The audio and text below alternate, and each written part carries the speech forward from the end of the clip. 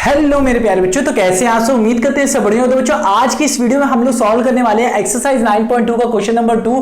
Question number first बहुत ज्यादा important है क्योंकि वहां पे हम लोगों ने सीखा था कि कोई भी अगर हमने बहुत बड़ी वैल्यू दी गई है या बहुत छोटी वैल्यू दी गई है तो उसको स्टैंडर्ड फॉर्म में कैसे चेंज करते हैं। यहां पे हमें वैल्यूज स्टैंडर्ड फॉर्म में दी गई है, हमें यूजुअल फॉर्म में चेंज है। मतलब अगर ये वाली जो हम लोग वैल्यू को सिंप्लीफाई करेंगे, सॉल्व करेंगे, तो हम लोग को क्या करें, अगर बड़ी बन रही तो बहुत बड़ा करके लिख देंगे, अगर छोटा मिल रहा है तो छोटा करके लिख देंगे। तो दिखाते हैं कैसे। देखो ध्यान से देखो, यहां पे जो वैल्यू मिल रही है हमें मिल रही है 3.02 इंटू 10 का एक्सपोनेंट दिया है -6। चलो ठीक है, इसको सॉल्व करते हैं बहुत ही अच्छे तरीके से। ध्यान से देखो, ध्यान से देखो क्या है, कैसे सॉल्व करेंगे इसको। अगर छोटा बनना है तो छोटा करते चले जाओ।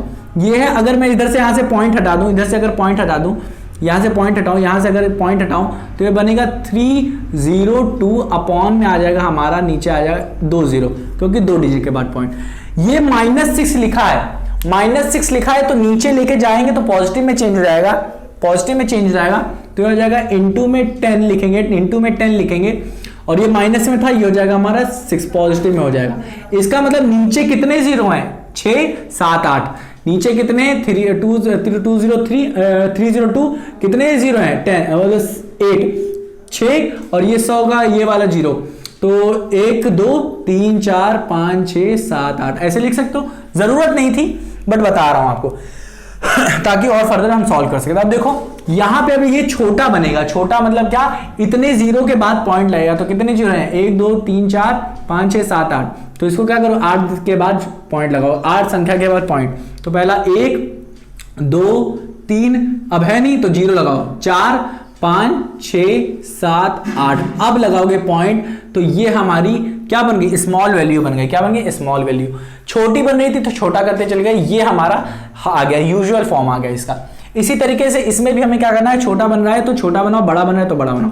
तो यहां पे देखो यार 4 पॉइंट, यहां से पॉइंट हटाओगे आप, यहां से पॉइंट हटाओगे तो 4 आ जाएगा, 5 आ जाएगा, अपॉन में आ जाएगा हमारा 10। हाँ कि ना, ये था इंटू 10 का जो हमारा एक्सपोनेंट है वो 4 है, मतलब 10 का एक्सपोनेंट 4 होगा, मतलब क्या कि 10 कितनी बार मल्टीप्लाई है, खुद से 4 बार मल्टीप्लाई है, मतलब कितना जीरो होगा अपने पास, 4 जीरो, मतलब 1 2 3 4, 1 जीरो यहां से गया, 1 जीरो यहां पे, कितना बचा 3 जीरो यहां पे, तो 45 के साथ लिख दोगे 3 जीरो, तो ये आ जाएगा हमारा आंसर, ये आ जाएगा हमारा इसका आंसर। ठीक है ना, तो इतना ही आना था, इतना आ गया।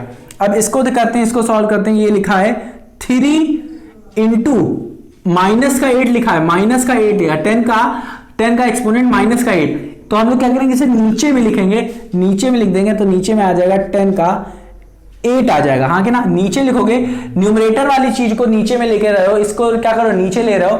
यहाँ पे फॉर्मूला क्या यूज हो रहा है, यहाँ पे ये वाले यूज हो रहे हैं, अगर m है -m है अगर, तो ये नीचे जब चला जाता है, न्यूमरेटर में है, ये डिनोमिनेटर में अगर भेजना है तो बस आपको जो क्या है अपने पास जो एक्सपोनेंट है उसको साइन चेंज कर दो, पॉजिटिव में है तो ये हमारा नेगेटिव में हो जाएगा, नेगेटिव में है तो पॉजिटिव में हो जाएगा, क्या है पॉजिटिव में है तो अगर नीचे चला जाएगा तो नेगेटिव में हो जाएगा, नेगेटिव में हो जाएगा। तो यही सब यूज हो रहा है हमारा, यही दोनों। तो यहाँ पे देखो नेगेटिव में है तो नीचे चला गया, पॉजिटिव में आ गया, न्यूमरेटर में था डिनोमिनेटर में भेजा तो ये हो गया। अब इसका मतलब है 10 का एक्सपोनेंट 8 का मतलब है कि नीचे कितने हैं, 0 8 है, तो 8 संख्या के बाद हमारा पॉइंट लगने वाला है। तो पहला तो हमारे एक संख्या दिया है 3, फिर 8 संख्या के बाद ना तो 1 हो गया, कुछ नहीं तो 0 लगाते चल जाओ, 1 2 3 4 5 6 7 8, तो 1 2 3 4 5 6 7 8, 8 के बाद पॉइंट लगाओगे, फिर ये हो गया हमारा जो, ये आ गया हमारा आंसर, इसका आ गया। इसी तरीके से इसको भी सॉल्व करेंगे, तो ये हमारा क्या है, ये है हमारा 1 पॉइंट देखो इसको सॉल्व कर रहे हैं, यह है 1.0001 इंटू 10 का एक्सपोनेंट 9 दिया गया है। तो इसको अगर आप हटाना चाहोगे तो हटाओगे तो यहाँ पे आ जाएगा 1 2 3 4, क्योंकि कितनी डिजिट है 4, पॉइंट के बाद कितनी डिजिट है 4, तो अपना 4 जीरो यहाँ पे कितने जीरो हैं, 10 का एक्सपोनेंट 9 का मतलब कितने जीरो हैं इसके साथ, 10 के साथ 9 जीरो हैं, तो अगर यहाँ पे 9 जीरो है तो यहाँ से अगर मैं 4 जीरो यहाँ से हटा दूं और इसमें से अगर 4 जीरो निकाल दूं तो यहाँ पे 4 जीरो अगर निकल गया, 9 जीरो में से 4 जीरो निकल गया तो कितना बचेगा, 10 के पास कितना एक्सपोनेंट बचेगा, 4 जीरो निकाल दिया तो बचेगा 5, कितना बचेगा 5, 9 में से 4 निकल गया तो मतलब क्या 5 बचेगा। हाँ कि ना, तो यहाँ पे 5 जीरो बचा, तो इसको ऐसे लिख सकते हैं 10001 इंटू में लिखोगे 10, कितना एक्सपोनेंट है 10 का बचा 5, मतलब कितना आ जाएगा 10 कितना होगा, हम लोग लिख देंगे क्या 5 बार 0 लिखेंगे इसी के साथ। कैसे लिखेंगे 1 0 0 0 1, कितने बार 0 है 5 बार, 1 2 3 4 5, तो ये आ जाएगा हमारा आंसर। हाँ कि ना, समझ में आया कि नहीं। चलो अब नहीं समझ में आया तो इसको और एक्सपेंड करके देखते हैं, इनटू में करते हैं। अगर इसको लिखना चाहें तो इसको ऐसे ऐसे लिखोगे, हाँ क्या ना 3 4। अब इसको अगर सॉल्व करना चाहो तो ऐसे 1 0 0 0 1 फिर 0 0 0 0 0, हाँ कि ना, तो ये हो जाएगा हमारा आंसर इसका। अब इसको सॉल्व करना चाहें, इसको करना चाहें तो इसको अब हम लोग रब करते हैं। चलो ठीक है, इसको रब कर देते हैं सॉल्व करते हैं इसको। तो लिखा है हमारा, लिखा है 5.8 इंटू में लिखा है 10 का एक्सपोनेंट 12 लिखा है। तो इसको कैसे सॉल्व करोगे, कुछ नहीं करना है, बस आपको ये पॉइंट हटाना है। तो यहाँ पे आ जाएगा 10, यहाँ पे लिख दोगे। क्या करना है, यहाँ पे देखो, यहाँ पे लिखा है, ये मेरा तरीका है आपको अच्छे से सॉल्व कराने का, जरूरी नहीं है कि एनसीईआरटी में इस तरीके से कराया हो, ठीक है। आप आपके दिमाग में बस ये चीज बैठ जाए कि भाई सॉल्व कैसे करते हैं वो जरूरी है।